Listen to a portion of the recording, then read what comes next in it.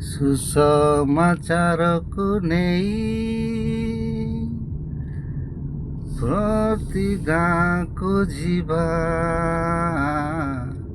ମଣ୍ଡଳୀ ଠିଆ ହେବ, ସଫଳ ଆମେ ହେବା।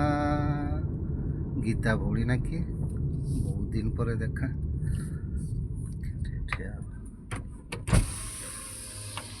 ଭଉଣୀ ପ୍ରେଜ୍ ଦ ଲର୍ଡ। ବହୁତ ଦିନ ପରେ ଦେଖା। ମିନିମମ୍ 3-4 ମାସ ହେଲାନି ମଣ୍ଡଳୀରେ ତୁମକୁ ଦେଖତେ ପାଉନି। ମଣ୍ଡଳୀ ଆସ। ସପ୍ତାହରେ ଗୋଟେ ଦିନ ପ୍ରଭୁ କହିଛନ୍ତି ଆମକୁ ବିଶ୍ରାମ ବାରକୁ ପବିତ୍ର ରୂପେ ମାନ୍ୟ କରିବାର ଅଛି। ପ୍ରଭୁ ସବୁ ଜଗେଇବେ, କିନ୍ତୁ ଆମକୁ ତାଙ୍କଠାରେ ଲାଗି ରହିବାର ଅଛି। ମଣ୍ଡଳୀକି ଯିବାର ଅଛି।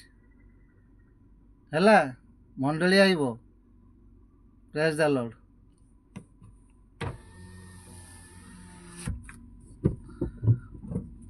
ଆଜିକା ଜଗତରେ ଅନେକ ଭାଇ ଭଉଣୀ ସେହିପରି କଣ୍ଟା ବୁଦା ଉପରେ ପଡ଼ିଥିବା ବୀଜ ସଦୃଶ, ଆଉ ସେମାନେ ପରିବାର ଚିନ୍ତା ଆଉ ଧନର ମାୟାରେ ଚାପି ହୋଇଯାଆନ୍ତି।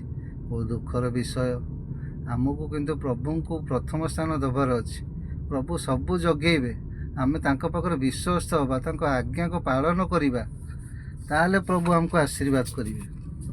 ଆମେ ଯଦି ତାଙ୍କ ପାଖରେ ବିଶ୍ୱସ୍ତ ହେବାନି, ତାଙ୍କୁ ପ୍ରଥମ ସ୍ଥାନ ଦେବାନି, ଯିବାନି ମଣ୍ଡଳୀ, ପ୍ରାର୍ଥନା କରିବାନି, ତାହେଲେ ପ୍ରଭୁ କେମିତି ଆଶୀର୍ବାଦ କରିବେ ଆମକୁ?